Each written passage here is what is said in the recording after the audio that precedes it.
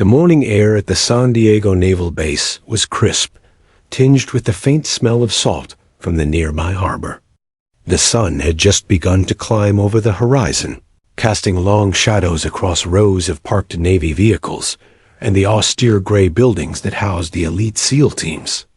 For the men standing in formation, this was just another routine day of drills and inspections. But a ripple of curiosity cut through the usual hum of training chatter when word arrived that a senior officer from Washington would be visiting the base. Admiral Patrick Ross, a man whose presence alone could command the attention of any room, was leaning casually against the edge of the briefing center's concrete steps.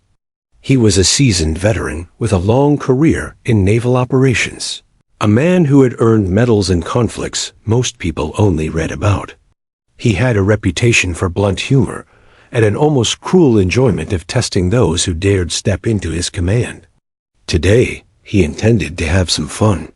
He squinted at the roster, scanning the name of the visiting officer. Sarah Mitchell, he muttered under his breath, lips curling into a smirk. Oh, this will be good. Around him, the SEALs noticed his barely concealed grin, a warning that their visitor might become the butt of his jokes.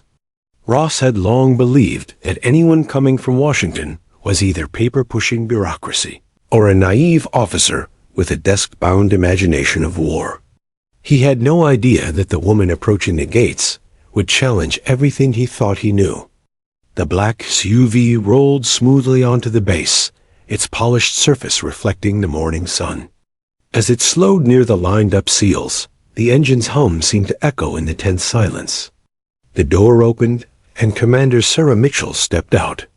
She was tall, athletic, but with a presence that went far beyond physical appearance. Every step she took was deliberate, measured, and full of quiet authority. The wind lifted strands of her dark hair slightly, but she did not flinch, nor did she glance around at the curious faces that turned to stare. Admiral Ross straightened instinctively. He had expected a nervous junior officer, someone hesitant and unsure. Instead, what stood before him was calm, composed, and utterly self-assured. The smirk on his face faltered for a split second before he could fully mask it. Sarah Mitchell's eyes, steel gray and unflinching, scanned the formation, then rested on him, holding his gaze with unspoken confidence. Ross cleared his throat, a habit he often used when trying to regain control over situations that surprised him. "Welcome to the San Diego Naval Base, Commander Mitchell," he said, his voice carrying both the weight of authority and the hint of mockery he had perfected over decades. He expected a slight bow, perhaps a stammered thanks, maybe even some nervous fumbling as she processed the presence of these elite warriors. But she simply returned his salute, precise, unwavering, and professional, before speaking in a tone that was soft but carried absolute command. "Thank you, Admiral. I look forward to observing the team's performance today." A few SEALs exchanged glances, sensing immediately that something about her presence was different. Ross's eyebrows lifted slightly. The words seemed ordinary, but there was a subtle authority behind them that made him pause. He had never encountered anyone who could walk into his domain and make him feel the need to measure his own words. "Observation only?" he asked, his tone sharper, the smirk trying to find its place again. "I hope you realize this isn't a desk job, Commander. This is real people, real combat, real results." His eyes scanned the faces of his team, inviting a ripple of chuckles. "Let's not scare our guests with all the chaos we deal with every day, shall we?" Sarah's lips curved into a faint smile, just enough to disarm, but not enough to betray any emotion. "Admiral," she said, her voice measured, "I've observed operations before. I assure you, I'm accustomed to chaos." A hush fell over the group. Even some of the seasoned SEALs couldn't help but glance at her with a mix of curiosity and caution. Ross felt a prick of unease. Something about her confidence, so quiet, so contained, suggested that she had more than just desk experience. but he wasn't ready to admit that. He adjusted his jacket and motioned toward the briefing center. "Follow me, Commander. Let's start with the standard orientation. Don't worry, we'll go easy." His words were meant to tease, but the underlying tension was palpable. Sarah simply followed, her posture impeccable, keeping pace without haste, without falter. As they walked, she observed everything. The layout of the base, the positioning of guards, even the subtle habits of the men moving past them. Ross noticed her eyes flicker to the weapons racks and the tactical boards, her gaze assessing, evaluating. He tried to convince himself it was standard protocol, training instinct, but something told him it went deeper. By the time they reached the briefing room, the SEALs had gathered around their tables, shifting subtly to watch this unexpected visitor. Ross motioned for her to take a seat at the head of the room. "Well," he said, trying to reclaim the commanding presence of the room, "let's see how much a desk officer really understands about special operations." Sarah sat without hesitation, hands resting lightly on the table. She scanned the charts and mission boards with an ease that made Ross's unease grow. When he started explaining a recent exercise, she interrupted, not rudely, but with precision. If the team had advanced along this route instead of the southern approach, exposure to hostile zones would have been minimized, she said, tapping the map. Casualty probability drops by 14%, and extraction time is reduced by 6 minutes. A murmur ran through the room. Ross's smirk faltered. No desk officer could know those calculations without having studied the classified operational data. And even then, the precision of her insight suggested far more than theoretical knowledge.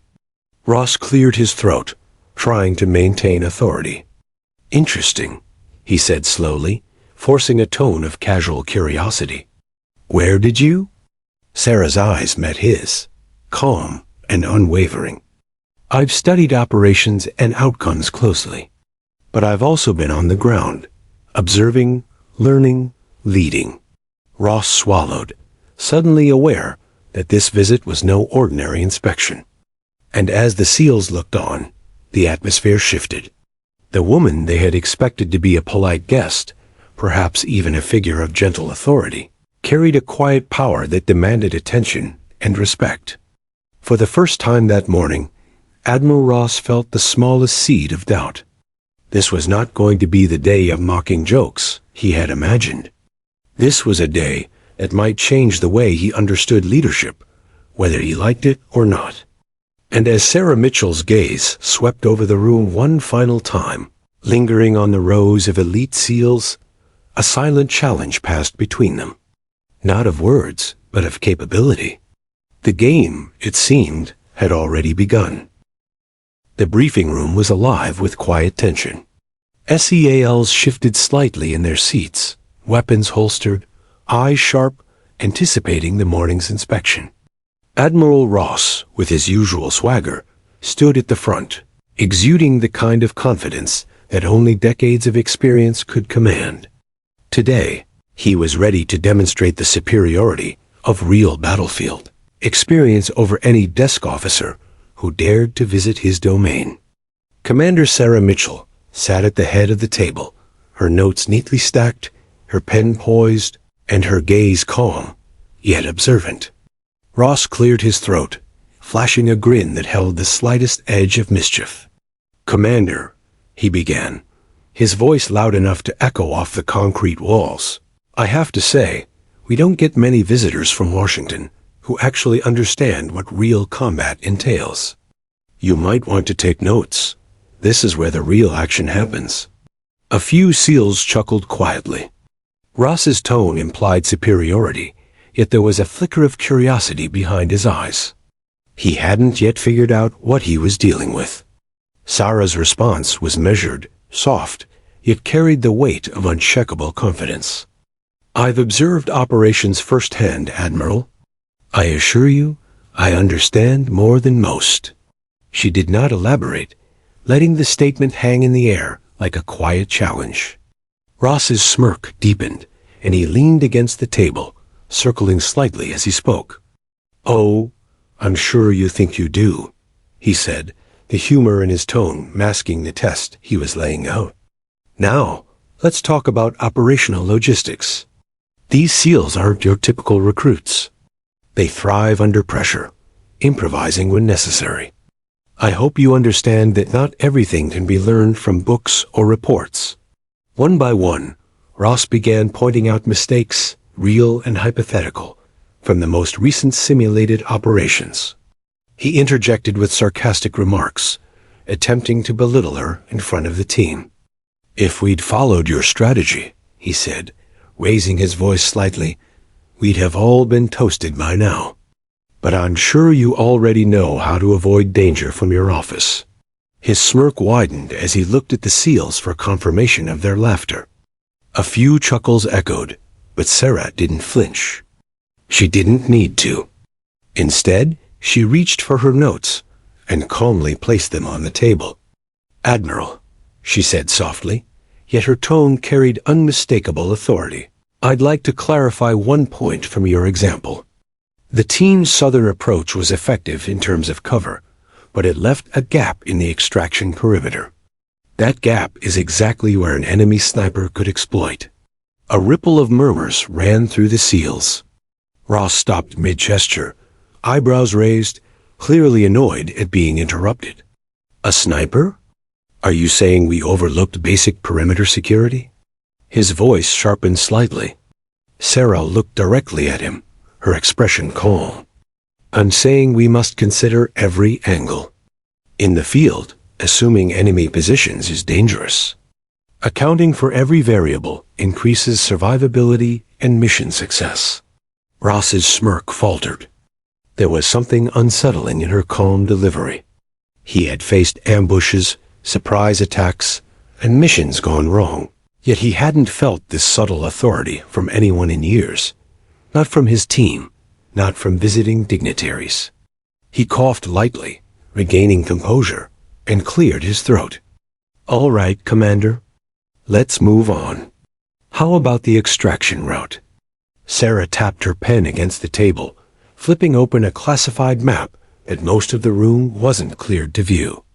She outlined alternate paths, pointing out choke points, potential ambush zones, and optimal cover. Every observation was precise, concise, and backed by calculations that only someone with experience, both in planning and in the field, could make. Ross tried to interrupt, dismissing the suggestions with jokes about theory versus practice. "These maps don't shoot back, Commander. The field is different. Real soldiers make real decisions in real time, not based on paper." He glanced at the SEALs, expecting nods and laughter. Some SEALs exchanged glances, uncertain whether to laugh or take her seriously. Sarah, however, wasn't flustered. "Real decisions are effective only when informed by strategy, Admiral. Guesswork kills. Observation and preparation save lives. On paper or in the field, the principle is the same." The SEALs exchanged uneasy glances. One of the younger operators whispered to another, "She's not bluffing." Ross caught the glance and barked a sharp, "What did you say?" The men straightened immediately, silence falling like a heavy curtain. Sarah leaned slightly forward. "I didn't hear anything," she said. Her calm deflection didn't diminish her authority. If anything, it strengthened it. Ross, momentarily taken aback, shook his head and tried to mask his surprise with a laugh. "Very well," he said, exhaling sharply. "Let's move on to some technical systems. Communications, recon, extraction timings. Let's see how a paper officer handles reality." Sarah observed the screens displaying simulated missions, tactical maps, and drone feeds. As Ross explained the sequences, she noticed subtle flaws, overlapping comm channels, miscalculated extraction windows, and minor but critical gaps in recon coverage. With quiet precision, she interrupted, pointing out the adjustments needed to ensure seamless coordination. Ross's jaw tightened. "You're assuming ideal conditions," he said sharply. This is chaos, Commander. Unpredictable variables, unforeseen threats. You can't calculate everything. She met his gaze steadily. No, but you can mitigate predictable risks. Chaos can be managed. Preparation turns the unknown into the expected. A SEAL operating the simulation hesitated, then adjusted the controls as Sarah instructed. The results were immediate. The simulation concluded in record time, the team hitting every checkpoint and neutralizing threats with surgical precision. The room fell silent. Ross's mouth opened and closed, searching for words, but none came. Finally, he exhaled sharply, his smirk gone, replaced by a grudging respect he tried to hide. Impressive, he admitted quietly. The SEALs looked at one another, wide-eyed. They had expected an entertaining morning at mocking a visitor. Instead, they had witnessed a demonstration of insight and authority that few of them could match. Sarah simply nodded, her calm demeanor unwavering. Observation and preparation, Admiral. That's all it takes. Ross, feeling both humbled and unsettled, realized that this visit wasn't going to be the exercise in superiority he had imagined. The woman he had planned to mock had quietly asserted dominance without confrontation. Every word, every suggestion, every calculated insight she shared carried weight, the kind that only comes from deep knowledge and experience. The morning continued with subtle tension. Ross tried several more interruptions, each met with calm. Precise corrections from Sarah. The SEALs watched, fascinated, as the supposed paper officer systematically demonstrated not only understanding, but mastery over operations they considered their own domain.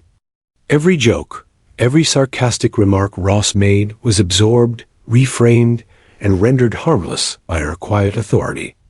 By the end of the briefing, the room was transformed. What had begun as a theater for mocking a visitor had evolved into a silent acknowledgement of competence. Even Ross, seasoned, decorated, and arrogant in his own right, felt the first seeds of genuine respect. Sarah gathered her notes, stood, and gave a polite nod to the SEALs. I look forward to observing the live exercises, she said, her voice carrying calm confidence.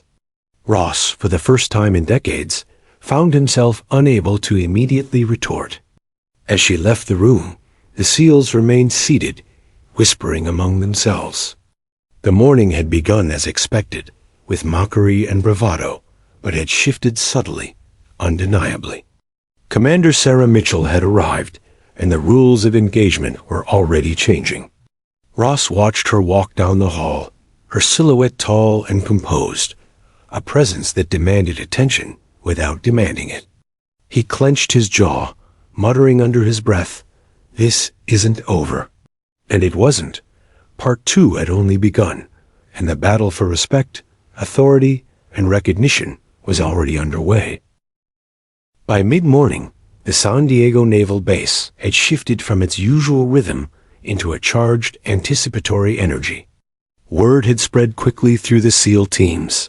The visiting officer, Commander Sarah Mitchell, wasn't just a bureaucrat. Her questions, her knowledge, and her calm command had left an impression that refused to fade. Even the youngest operators sensed it. The veteran SEALs exchanged wary glances, uncertain whether to trust their instincts or to assume it was another Washington stunt. Admiral Patrick Ross, however, was determined to maintain the appearance of control. "All right, everyone," he announced, clapping his hands together. "We'll run a tactical exercise. Let's see how our visitor handles actual field conditions." His voice carried authority, but there was a subtle tension he didn't show openly. He believed he could expose her, reduce her to the paper officer everyone expected her to be. The exercise was set up as a hostage rescue simulation. The SEALs had to navigate rough coastal terrain, neutralize hostiles, and extract a high-value target from a fortified building. It was a complex drill designed to test every skill in their repertoire: stealth, timing, coordination, and improvisation. Ross watched with a confident smile, fully expecting to see the woman falter, hesitate, or at least become confused by the chaos. Sarah stood quietly at the observation point, her posture relaxed, but her mind calculating every detail. As the SEALs advanced, she observed their movement patterns, communication flows, and coordination. It didn't take her long to identify inefficiencies. Overlapping communication channels that risked misinterpretation, blind spots in recon coverage, and extraction points that could have led to bottlenecks. She didn't speak immediately, allowing the team to run through the first iteration. The exercise began. SEALs moved silently, weapons at the ready, relying on experience, intuition, and rehearsed tactics. Ross watched closely, occasionally offering comments, laughter, or subtle jabs. "That's not how I would have approached it," he said, trying to assert dominance over the room. Real soldiers adapt in the moment. Sarah remained calm, analyzing silently. Then, halfway through the exercise, she spoke. "Abort pattern Bravo," she said, voice low but firm. Ross froze mid-step. "Excuse me?" He barked, his tone sharp with disbelief. "The current trajectory leaves your team exposed to predictable choke points," she explained, pointing to the map overlay on the tablet she had brought. "Adjusting your path to the northern ridge reduces risk and ensures cover during extraction. Comm channels must be reassigned to prevent overlap." The SEALs hesitated. Most had been trained to follow direct orders and improvisation protocols. Yet here was an outsider giving directions, and with authority. Ross bristled. His ego demanded she be ignored, yet his instincts screamed that ignoring her could compromise the exercise. He gritted his teeth. "You're assuming too much. Follow procedure," he snapped. Sarah didn't flinch. Procedures are guidelines. Mission success depends on adapting them to real conditions. Do you want results, or do you want to follow routine? Her tone was calm, but the challenge in her words hung in the air. For a brief moment, Ross hesitated. The SEALs, sensing the tension, glanced at one another. One of the senior operators, Petty Officer Ramirez, whispered, "Sir, should we listen?" Ross looked at him sharply, but found no answer in his own certainty. Finally, with a tight jaw, he allowed the SEALs to adjust according to Sarah's guidance. The difference was immediate. SEALs shifted positions, redistributed comm channels, and adjusted their approach to the extraction point. The simulated hostiles were neutralized faster than expected.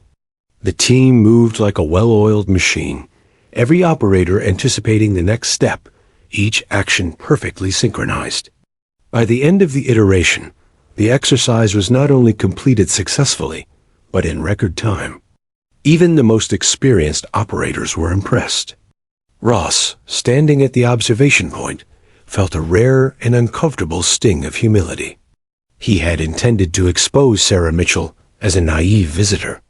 Instead, he had been shown that her understanding, both strategic and tactical, surpassed his own in this controlled exercise. The SEALs looked at her with a mixture of awe and disbelief. One whispered to another, "She just cut our time in half." Another muttered, "Did she even step into the field yet?" Ross's lips pressed into a thin line. He could no longer dismiss her. His smirk was gone, replaced by a growing realization. This woman was not here to observe. She was here to lead. Sarah, noting the shift in dynamics, allowed the team a brief pause. She walked quietly among them, never raising her voice, never demanding attention. Her presence alone commanded focus. She adjusted a radio channel here, suggested a flanking approach there, and offered subtle corrections that transformed the SEAL's execution from competent to flawless. One of the operators, Lieutenant Harris, dared to ask, "Commander, you've never done a live exercise with us, right? How do you know all this?" Sarah glanced at him, eyes calm yet piercing. "I've studied these operations extensively, and I've observed similar exercises under combat conditions. Theory is useful, but observation combined with analytical insight produces results. That is how you turn knowledge into action. Ross felt his stomach tighten. For decades, he had trained, led, and fought alongside men who trusted instinct, intuition, and experience. Here was someone who could outperform his team using intellect, observation, and subtle command, without ever having to raise her voice. The exercise concluded. The SEALs gathered, their adrenaline still high from the precision of the mission. Ross turned to Sarah, searching for any flaw, any sign of hesitation.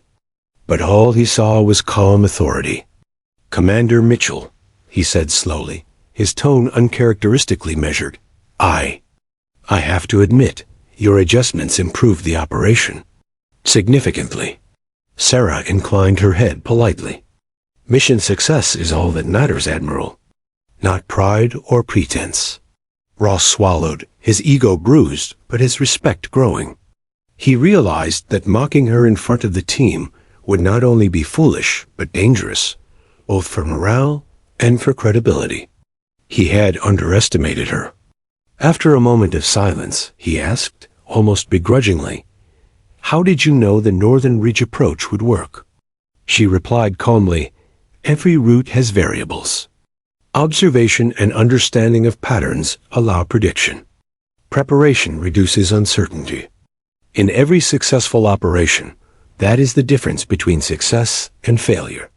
The SEALs absorbed the lesson silently, many exchanging glances that carried newfound respect. Sarah had not humiliated Ross. She had educated him and the team, demonstrating leadership in a way that transcended rank, gender, or expectation. For the rest of the morning, the exercises continued, but the energy in the base had shifted. Where there had been skepticism and subtle amusement, now there was focus and anticipation. Even the most experienced SEALs, who had scoffed at her arrival, now approached her quietly with questions and observations, seeking insight rather than attempting to challenge her authority. Ross, standing off to the side, observed the scene with a mix of pride, disbelief, and introspection. He realized something fundamental had changed. Sarah Mitchell wasn't just a visiting officer. She was a strategist, a leader, and a tactician whose understanding rivaled or exceeded anyone in the room. And despite his years of experience, he felt the first twinge of something he rarely experienced: humility. As the morning wound down, Sarah stepped back to the observation point, letting the SEALs finalize their post-exercise debriefs. She didn't boast, didn't demand accolades, and didn't even comment on Ross's initial mockery. Her silence carried authority, and in that quiet, the lesson was clear. True leadership doesn't shout. It is recognized, respected, and followed, often before a word is spoken. For Ross, the day had begun with mockery and humor, but it was evolving into a lesson he would not forget. He watched her calmly take notes, making minor annotations on the tactical overlays, and realized that the real challenge wasn't the exercise itself. It was coming to terms with the fact that the woman he had intended to belittle had quietly demonstrated a power and authority beyond anything he had anticipated. The SEALs, too, understood. Whispers circulated. This was no ordinary officer. This was someone who could lead them, improve their operations, and elevate their effectiveness, all without raising her voice or demanding recognition. Respect was not being requested. It was earned. And in that silent, charged moment at the San Diego Naval Base, one thing was clear. The rules of command had changed. The mockery of Part 2 had ended. Part 3 had begun, and with it, the realization that Sarah Mitchell was far more than any SEAL or Admiral had expected. As the afternoon sun climbed higher over San Diego Naval Base, a quiet tension lingered in the air. The SEALs had returned from the live tactical exercise, still buzzing from the unexpected precision and authority Commander Sarah Mitchell had demonstrated. Even Admiral Ross, hardened by decades of combat, felt a lingering sense of unease. He had witnessed countless drills, evaluated thousands of officers, and yet this one visitor had unsettled him in a way no one else had. What Ross didn't know, what few on the base knew, was that Sarah Mitchell was not merely a Washington paper officer or a desk-bound strategist. Her calm authority, tactical brilliance, and ability to predict outcomes stemmed from experience that remained hidden, classified, and almost mythic within the Navy's higher echelons. Long before she ever donned the rank of commander, Mitchell had operated under a classified alias in a series of covert maritime operations. These missions were so sensitive that her name never appeared in public reports, her actions largely invisible even to her colleagues. Yet the impact of her work had been profound. One of the most notable operations occurred in the tumultuous waters off Somalia. Intelligence had indicated that American hostages were being held by a heavily armed, militant faction in a fortified coastal compound. The rescue mission had been deemed too dangerous for conventional forces, and most commanders had refused the assignment. Mitchell volunteered under a pseudonym, her request approved by the Pentagon in secrecy. Her team, small but elite, operated under the cover of darkness, navigating treacherous waters and unpredictable terrain. Her role went far beyond standard command. She personally coordinated reconnaissance, analyzed enemy patterns, and implemented strategies to reduce risk to her team and the hostages. Every step was calculated with a precision that bordered on prescience. The mission was a success. All hostages were rescued, casualties were avoided, and the operation concluded without leaving a trace of evidence in the public domain. Yet for Sarah, there was no medal ceremony, no public recognition. The secrecy of her assignment meant her heroism remained invisible, catalogued only in the classified archives of the Pentagon. It was during these missions that she honed the qualities now visible to the SEALs and Admiral Ross: unwavering calm under pressure, rapid analysis of complex scenarios, the ability to anticipate enemy moves, and a deep understanding of human behavior in high-stress situations. Her tactical instincts were sharpened not by classroom theory, but by real-world experience, often on the razor's edge of life and death. Ross remained unaware of this legacy. He had seen only the surface, a composed, confident woman who had quietly proven herself in the morning exercise. But the depth of her competence, the subtlety of her authority, and the precision of her observations all stemmed from these hidden operations. Her career had been deliberately built to combine field experience with strategic command, the ideal balance of intellect and execution that few could match. Meanwhile, the SEALs, unaware of the specifics of her past, sensed something extraordinary. They had initially approached her with skepticism, assuming she was a visitor with limited operational experience. But the combination of her calm demeanor, rapid insight, and tactical corrections had dismantled that assumption. Whispers began circulating among the teams. She's not just a desk officer. She knows this stuff. Inside the Pentagon, her superiors had quietly tracked her progress, noting that she was being groomed for higher command roles, including operational oversight of multiple strike groups in the Pacific. Her record was immaculate, but unlike others, she never sought recognition. Each successful mission was noted only in classified briefings, her name often replaced with an alias to protect operational security. For her, leadership was never about accolades. It was about results. As the SEALs continued their debriefing, one young officer, Lieutenant Harris, glanced at Ross and whispered, "Sir, I don't think we've ever had anyone like her before." Ross, still uneasy, didn't respond. He was quietly reviewing every moment of the morning exercise, replaying her decisions and the flawless execution of his own team under her guidance. Every command she had given, every correction she had suggested, now made sense. There was a method behind her calm authority, a depth that went beyond experience into genuine genius. That evening, Ross returned to his office, alone with his thoughts. The morning's events replayed like a silent movie. Her arrival, her precise corrections, her calm but commanding presence, and the efficiency of the exercise, once her guidance was followed. He leaned back in his chair, rubbing his jaw, a rare and uncomfortable humility settling in. He realized that Sarah Mitchell was more than a visitor. She was an operator of unparalleled skill, a strategist whose career had been forged in secrecy, and a leader who had earned authority without ostentation. Across the base, Sarah herself remained calm, taking notes on the day's exercises, analyzing performance metrics, and preparing for the next stage of her visit. Her mind worked tirelessly, processing every variable, anticipating every question, and formulating strategies that would unify the SEALs with intelligence and operational command. She was aware of Ross's scrutiny, aware of the subtle shifts in his demeanor, and aware of the respect she was beginning to command, not through force, but through competence.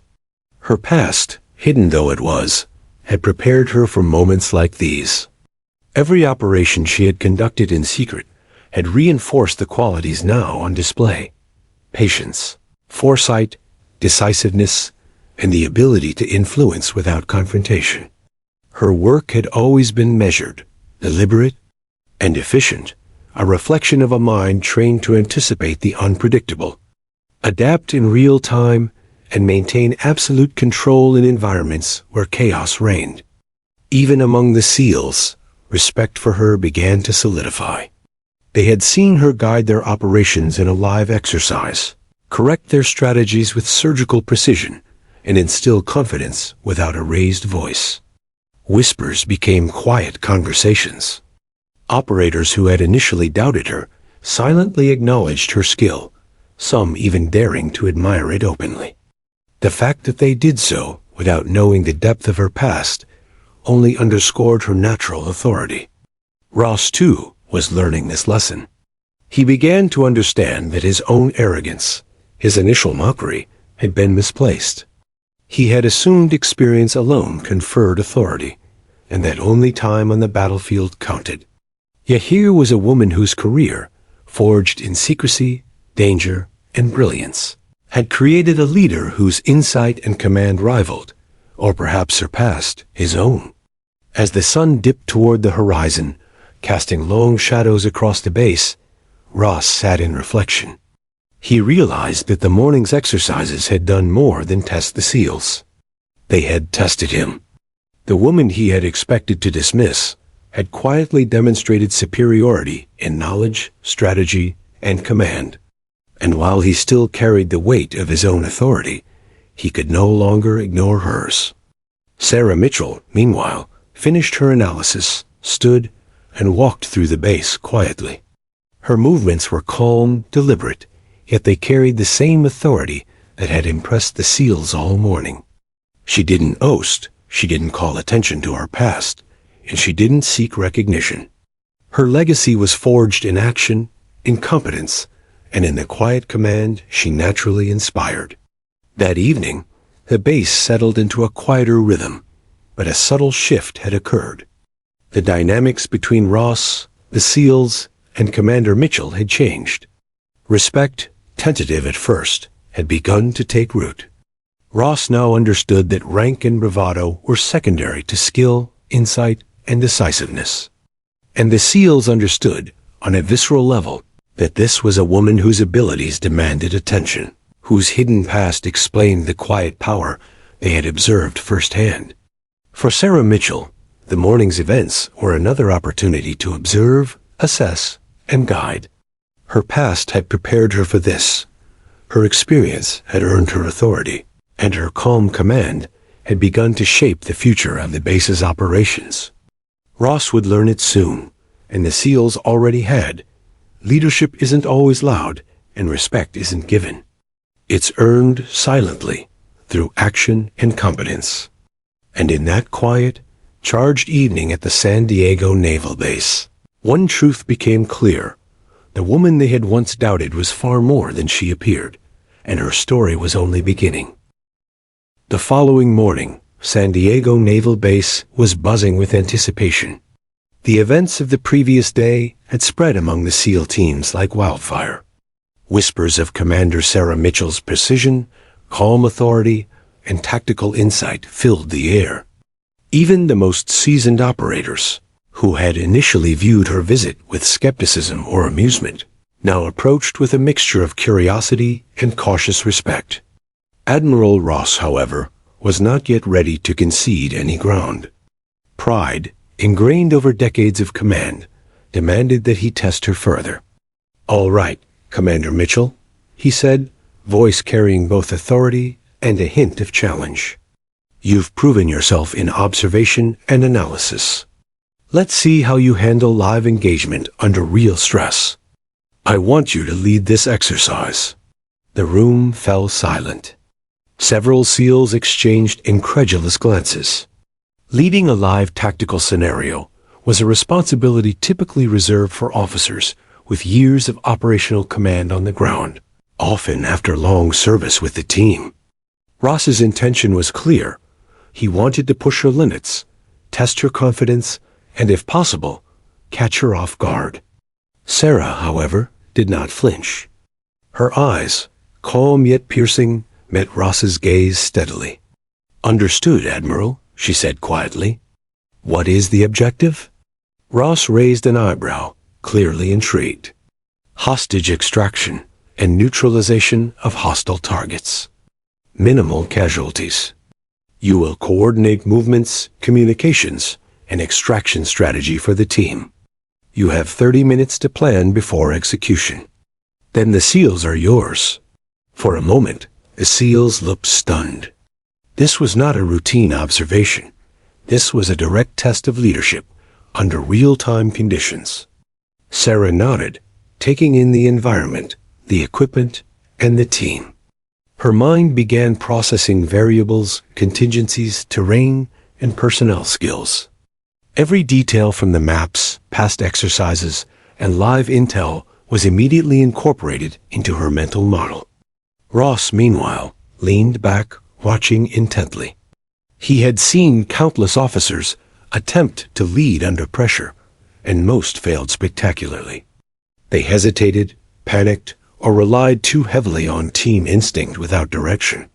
He expected hesitation. Sarah, however, did not hesitate. She moved to the tactical planning table and quickly outlined the mission parameters. Using a combination of hand gestures, maps, and concise verbal commands, she began issuing assignments. Alpha Team will approach from the eastern ridge, maintaining low visibility and minimizing crossfire risk. Bravo Team will secure the northern perimeter. Com channels will be assigned as follows. The SEALs moved quickly to follow her instructions, accustomed to her calm authority and precise planning. Even without fully knowing her past, they sensed her competence and deferred direction. Ross watched, skeptical but increasingly impressed. He decided to escalate the challenge.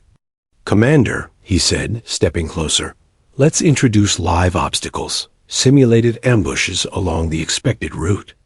I want to see how you adapt in real time." Sarah's eyes narrowed slightly, not in fear, but in focus. "Understood," she replied. "We will adjust movements dynamically. Contingency plans are already in place for unexpected engagement points." The exercise began. Smoke grenades were deployed to simulate obscured vision. Remote-controlled explosives created tactical hazards, and actors playing hostile forces were positioned unpredictably along the route. Most teams would falter, reacting instinctively without coordination. Not Sarah's team.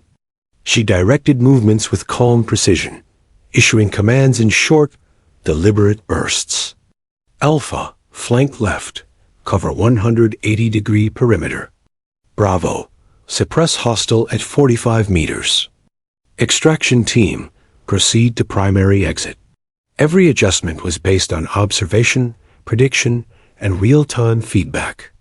The SEALs followed her instructions with a mix of awe and disbelief. Even operators who had been skeptical began to marvel at her ability to orchestrate the chaos with minimal disruption. Ross's arms crossed as he observed, noting every correction, every decision, and the way the team's cohesion improved under her direction. Then, halfway through the scenario, an unexpected complication occurred. A simulated hostage carrier moved off course, potentially exposing the team to crossfire from multiple angles. Ross raised his hand, ready to intervene, expecting hesitation or panic from her. Instead, Sarah remained calm. Hold position.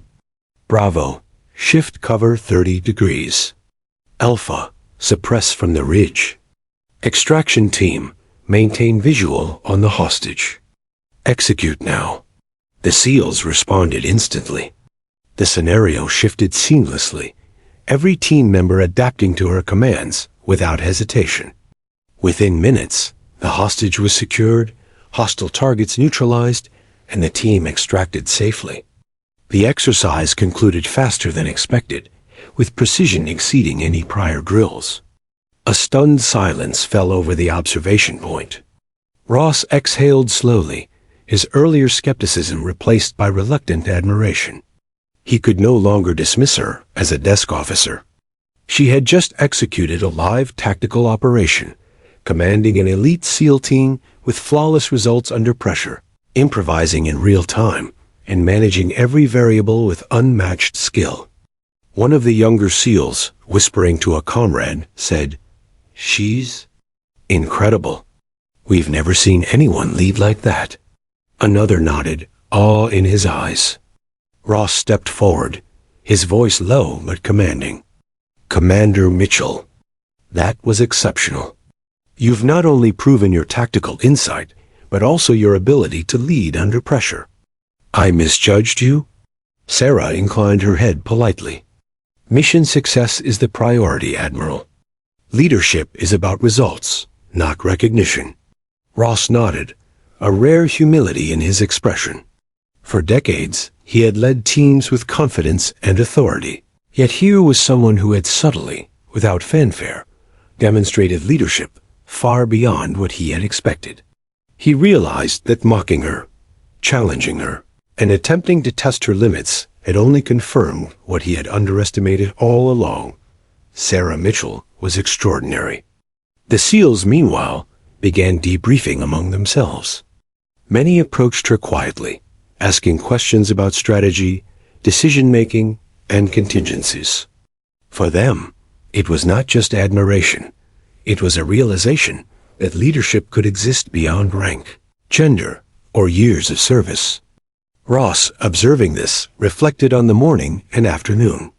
He had intended to test her, to challenge her authority, and perhaps even to embarrass her. Yet she had done the impossible. She had commanded respect without force, directed action without shouting, and achieved flawless execution where he expected chaos. Sarah, standing at the observation point, allowed herself a moment to acknowledge the outcome. Her past experiences, covert operations, secret missions, and years of disciplined strategy had prepared her for this moment. Her calm authority, her predictive insight, and her ability to execute under pressure were all rooted in that hidden past. And now, the SEALs and even Admiral Ross had witnessed it firsthand. As the exercise concluded, Ross approached her quietly. "Commander Mitchell," he said, his tone reflective, "I misjudged you. Your command, your insight, and your ability to adapt. It's unlike anything I've seen." Sarah met his gaze evenly. "Respect and authority are earned through action, Admiral. Recognition is secondary." Ross smiled faintly, a mixture of respect and humility. Point taken. And noted. The SEALs, meanwhile, watched this exchange in silence. They had begun the day with skepticism, expecting a visitor to observe and perhaps disrupt their routine. By the afternoon, they had witnessed something far more profound, the demonstration of a leader whose competence, calm, and authority could elevate them all. For Ross, it was a lesson in humility. For the SEALs, it was a lesson in respect. And for Sarah Mitchell, it was another confirmation. Leadership was not about ego, rank, or fanfare. It was about vision, preparation, and the ability to act decisively under pressure. As the sun began to dip below the horizon, casting long shadows over the base, Ross realized something important. This was only the beginning. Sarah Mitchell's presence would change the dynamics of the base, the SEAL teams, and perhaps even his own understanding of leadership. And for the first time in his career, Ross found himself looking forward to what would come next, not as a test of authority, but as a recognition of true excellence. Part 5 had ended. The challenge had been met. The respect had been earned. And the story of Sarah Mitchell's extraordinary leadership was only just beginning. The night had settled over the San Diego Naval Base, leaving a quiet, almost deceptive calm. Lights from the barracks and administrative buildings shimmered across the tarmac, and the occasional sound of distant waves from the Pacific carried a sense of serenity. But the calm was only surface deep. Inside the operations center, tension crackled like a live wire. A sudden alert had arrived. An international hostage situation had erupted in the South Pacific, with intelligence confirming that a U.S. research team had been taken by a heavily armed pirate faction.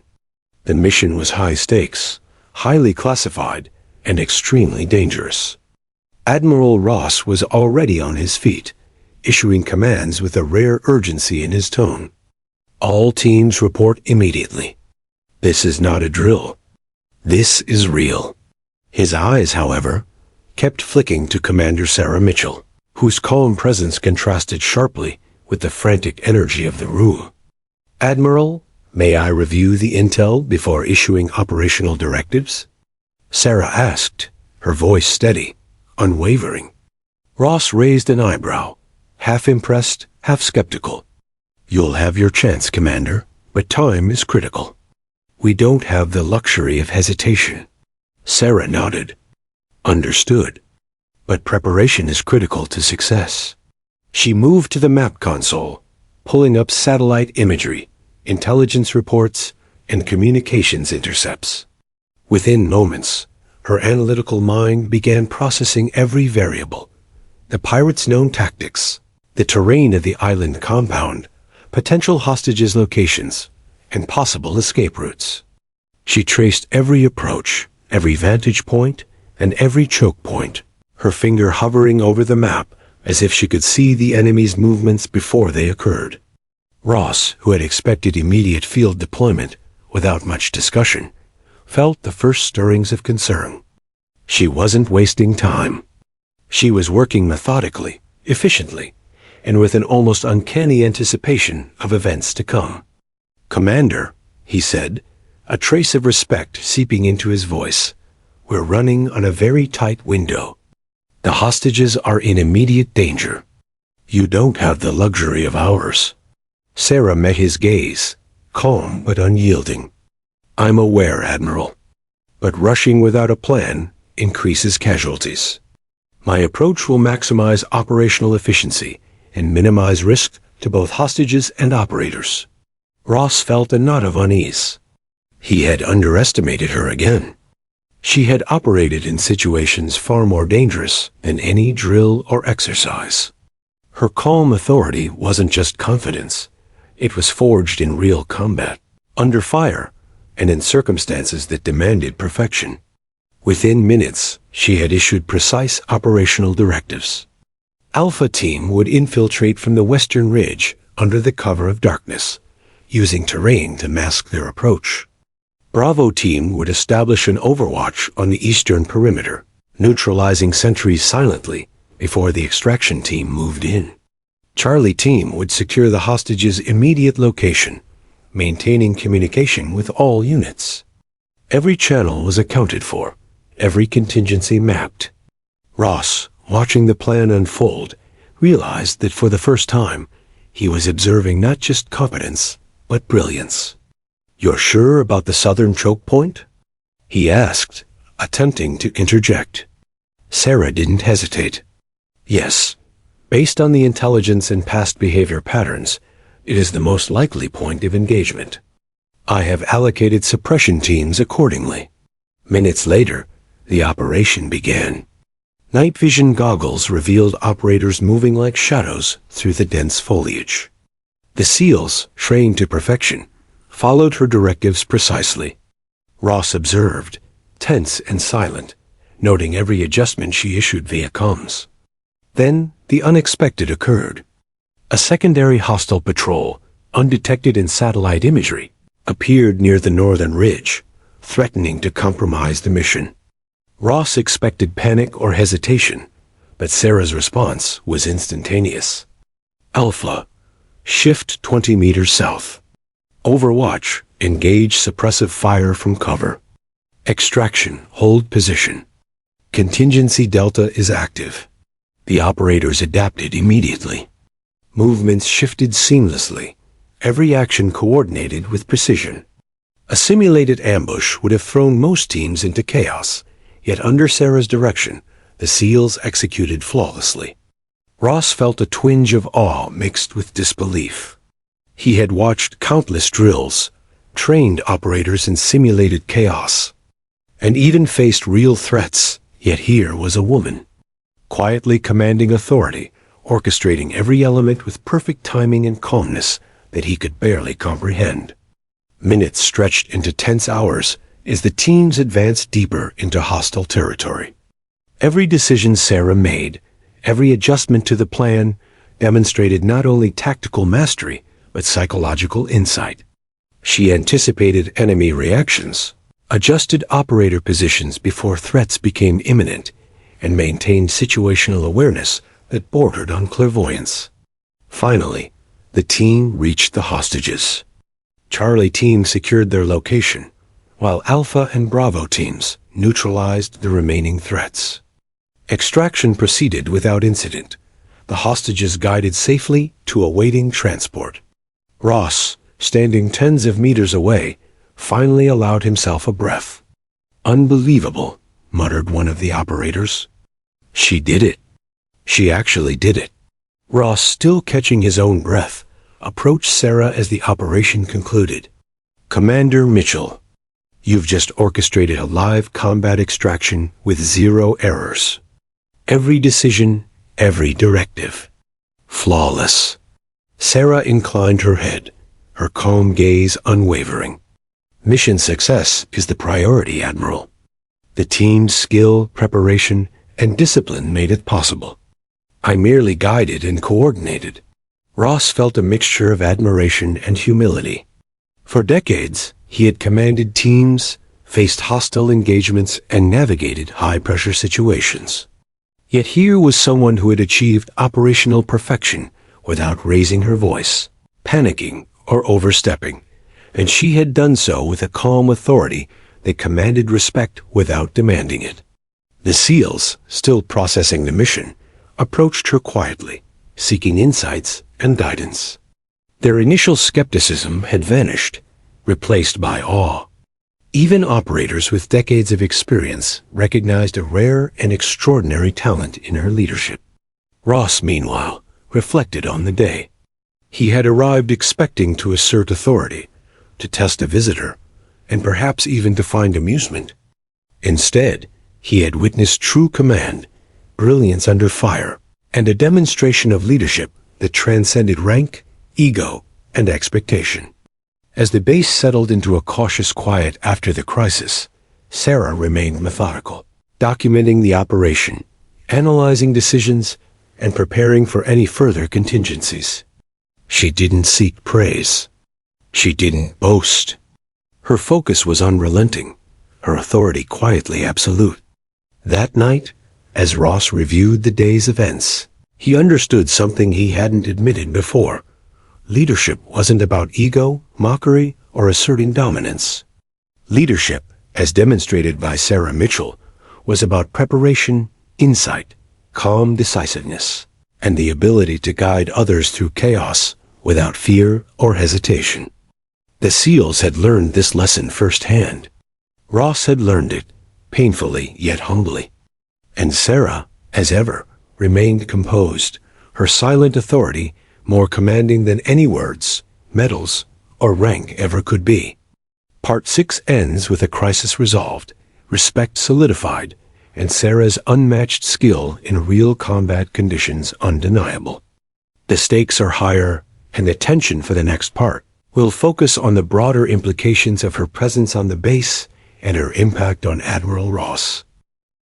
The morning after the South Pacific crisis, the San Diego Naval Base was transformed. The previous day's exercise had escalated into a real-life mission, one that had tested every operator's skill, adaptability, and nerves.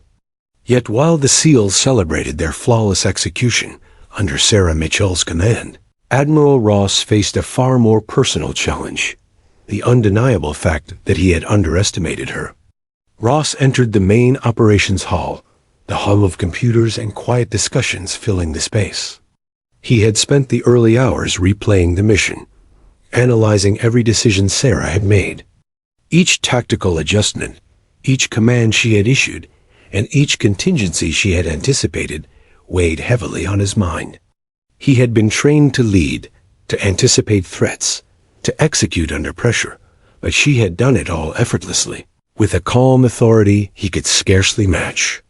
Several SEALs were already discussing their post-mission observations. Her timing. It was like she knew where every hostile would be before we even saw them, whispered Lieutenant Harris to a colleague. Petty Officer Ramirez nodded in agreement. And she didn't just give orders. She guided us. Every movement was coordinated. It was flawless. Ross, standing nearby, felt a rare mixture of pride and discomfort. He had spent decades commanding elite teams, surviving countless missions. And yet this visitor, a woman whose career remained largely classified, had quietly shown a level of operational mastery that challenged everything he knew about leadership. He called a brief meeting with his senior officers. "I need a full assessment of the mission execution," he said, his tone measured but firm. "I want lessons learned, weaknesses identified, and recommendations for future operations." As the debrief began, it became clear that the entire base had been affected. SEALs who had once been skeptical of Sarah now openly acknowledged her competence. Even those who had been dismissive now approached her for insights and guidance. One officer, Lieutenant Daniels, spoke up hesitantly. "Sir, with all due respect, Commander Mitchell's leadership yesterday, it changed how we executed the mission. We've never operated with such precision under chaos." Ross nodded slowly, the words cutting deeper than any criticism could. He had prided himself on teaching discipline, efficiency, and strategic foresight. Yet here was someone who had not only met his standards, but had redefined them. Sarah, meanwhile, moved among the teams quietly, offering subtle feedback and corrections without overtly asserting dominance. Her presence alone seemed to command attention. Operators naturally deferred to her judgment, seeking her input on everything from tactical adjustments to communication protocols. Ross realized that the dynamics of the base were shifting. His role as the ultimate authority was no longer absolute. While he remained the Admiral, Sarah's skill, insight, and calm command had established her as an informal center of influence. The SEALs looked to her not because of rank, but because of competence. He had anticipated minor resistance to her authority, but instead there was unanimous respect, a quiet acknowledgement of her mastery. It was humbling, unsettling, and yet undeniably effective. Ross called her aside privately.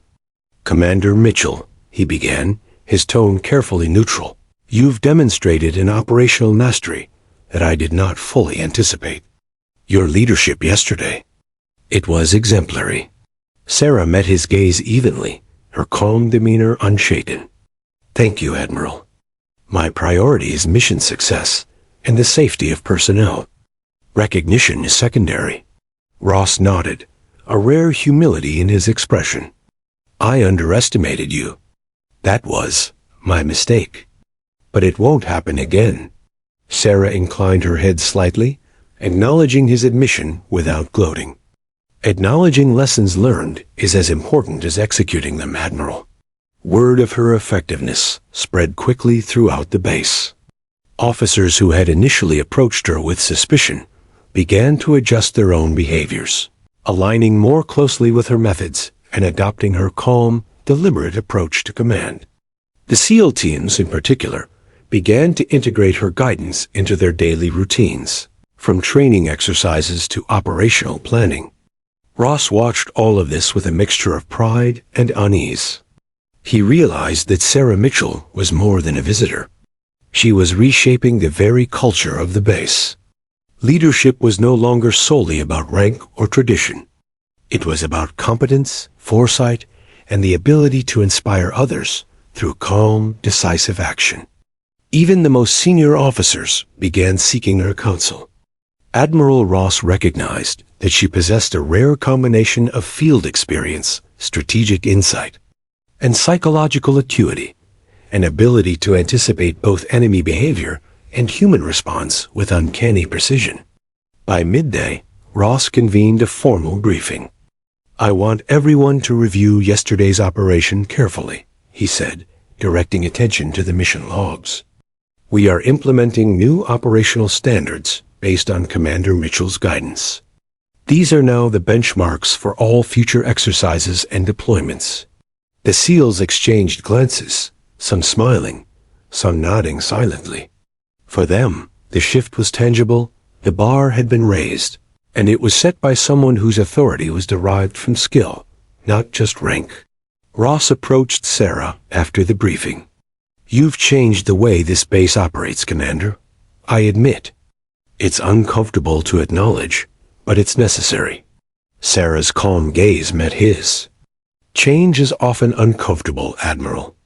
But effective leadership requires adaptation, both for the leader and the team." Ross reflected on the past 2 days. The morning exercises, the live tactical drills, the South Pacific crisis. Each scenario had revealed her extraordinary abilities, challenging not just his assumptions, but those of the entire command structure. He realized that underestimating her had been a serious misjudgment. Yet he also recognized the value of her influence. The base was operating more efficiently, the SEAL teams more coordinated, and morale had subtly shifted. Operators now trusted the chain of command, but they also recognized competence when they saw it. By evening, the base had settled into a quieter rhythm, but the shift in dynamics was palpable. Ross walked through the training grounds, observing SEALs practicing movements and reviewing plans with their input in mind. The changes were evident. Communication was sharper, precision had increased, and confidence was higher. Ross paused, reflecting. He had spent decades relying on tradition, hierarchy, and his own battlefield experience to command respect. Sarah Mitchell had reminded him, subtly, decisively, that respect could also be earned through competence, insight, and calm authority. It was a lesson he would not forget. For Sarah, the shift was both subtle and deliberate. She did not seek to replace Ross or undermine his authority. Instead, she worked within the existing structure, guiding, advising, and correcting where necessary. Her presence encouraged operators to trust their instincts while also valuing careful analysis, foresight, and strategic planning. By the end of the day, Ross acknowledged to himself what the SEALs already knew. Sarah Mitchell was extraordinary. She had proven that leadership was not about ego, rank, or appearances. It was about results, guidance, and the ability to inspire trust through competence. The base had changed, subtly yet irrevocably. The SEALs operated more effectively. The officers adapted their strategies. And Ross, the Admiral who had once intended to test and challenge her, now saw her as an invaluable asset, a strategist, leader, and silent authority whose influence would shape the base for years to come. As the sun set over San Diego, casting a golden hue over the tarmac, one truth was clear: the dynamics of command had shifted. And Sarah Mitchell's influence had quietly, decisively reshaped the very culture of the base. Part 7 concludes with the full recognition of Sarah's leadership, Ross's humility, and the transformation of the base's operational culture. The stage is set for the climactic resolution in Part 8, where her authority and skill are fully cemented, and a final demonstration solidifies her legacy. The next morning at San Diego Naval Base, a charged anticipation filled the air. The events of the past week, from tactical exercises to real combat scenarios, had shifted the base's dynamic. The SEAL teams operated with renewed precision. Officers moved with a heightened sense of awareness, and Admiral Ross carried a quiet, contemplative energy as he prepared for the day's final review. For Sarah Mitchell, the day was no different from any other operational assignment. She arrived at the operations center with her customary calm, her eyes scanning the room, absorbing data and analyzing variables. Today's exercise was the final test, a comprehensive simulation, incorporating everything the SEALs had learned under her guidance. Ross, however, could not hide a sense of unease. He had anticipated surprises before, but nothing had prepared him for the level of competence Sarah had consistently demonstrated. Her calm authority, her predictive insight, and her flawless execution under pressure had challenged both his assumptions and his pride. Today, he would witness and participate in her final demonstration. The scenario was complex, a multi-stage hostage rescue combined with urban assault tactics, involving simulated hostiles, obstacles, and potential civilian interference. Ross had designed it to push the teams to their limits, fully expecting to challenge her coordination skills. But he knew, deep down, that she would rise to the occasion. Sarah began by gathering the SEALs and senior officers, outlining the operation with concise precision. Every team had a clear role, every contingency accounted for, and every communication channel carefully defined. Her voice, calm yet authoritative, conveyed confidence that was contagious. Operators who had once doubted her now followed her instructions instinctively. "Alpha Team," she said, pointing to the map, "approach from the western corridor. Use cover, maintain suppressive fire as necessary, and coordinate movements with Bravo Team. Charlie Team, secure civilian positions and ensure minimal exposure. Extraction routes is secondary, but be prepared to improvise if necessary." Ross observed, noting how smoothly the teams moved into position. Even with unexpected changes in terrain and simulated obstacles, every operator adapted seamlessly to her instructions. Her ability to anticipate challenges before they arose was evident in every decision, every adjustment, and every movement. Midway through the scenario, a simulated crisis was introduced. A secondary hostage situation in an adjacent building. Most teams would have panicked or become disorganized under the pressure. But Sarah's response was immediate. "Delta contingency active," she instructed calmly. "Alpha, maintain position and cover. Bravo, shift to secondary target. Charlie, coordinate extraction routes. Keep communication clear. Execute in 3, 2, 1. The operators moved with precision, their actions synchronized and efficient. Every potential problem Sarah had anticipated was neutralized before it could escalate. Even Ross, standing at the observation point, felt a mix of admiration and disbelief. When the simulation concluded, the results were undeniable. 0 casualties, complete mission success, and flawless coordination. The SEAL teams had performed at a level that exceeded even their own expectations, and it was all under Sarah's guidance. A hushed silence filled the operations center as the teams processed the outcome. Then, one by one, the SEALs approached her. "You're?" "Incredible," muttered Lieutenant Harris, shaking his head. "We've never seen leadership like that. Ever." Petty Officer Ramirez nodded. "You didn't just lead us. You made us better.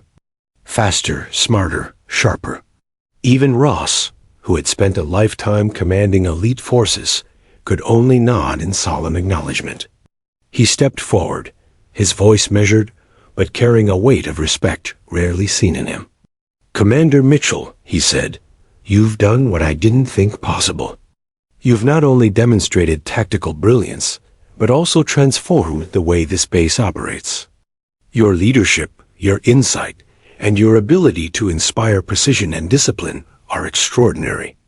I underestimated you, and I was wrong." Sarah met his gaze evenly. "Respect and trust are earned, Admiral. Authority is not about proving superiority. It's about ensuring mission success and team safety.